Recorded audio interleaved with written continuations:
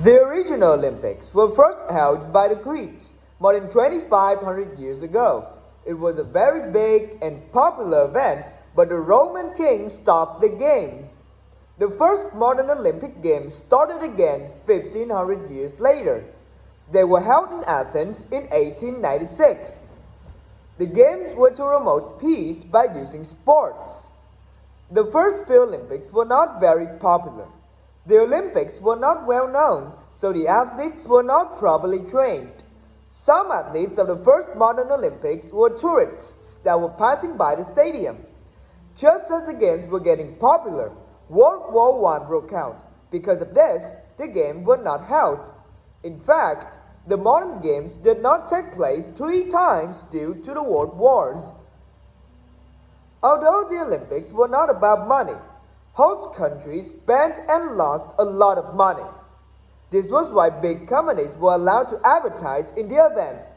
This made the Olympics a much larger event than before.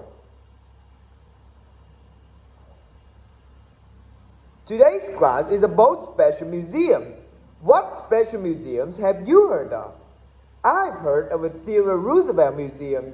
The museum is in the house where the president was born.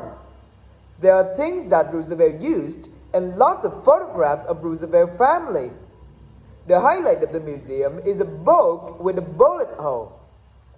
That's unusual. How did it get there? Someone tried to shoot Roosevelt. He was on his way to give a speech and a person shot him.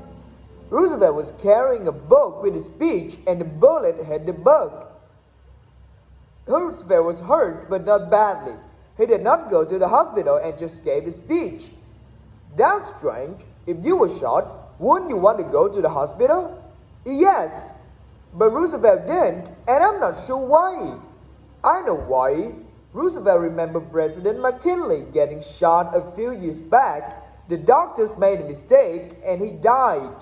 Roosevelt decided that hospitals were more dangerous than bullets. Anyway, Roosevelt survived, and the book that saved his life is on display at the museum.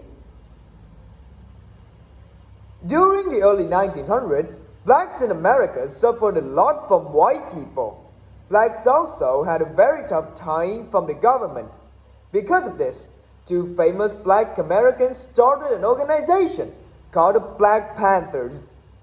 The Black Panthers had guns and trained members to fight like soldiers. They trained to protect themselves. They told black people to stand up and fight.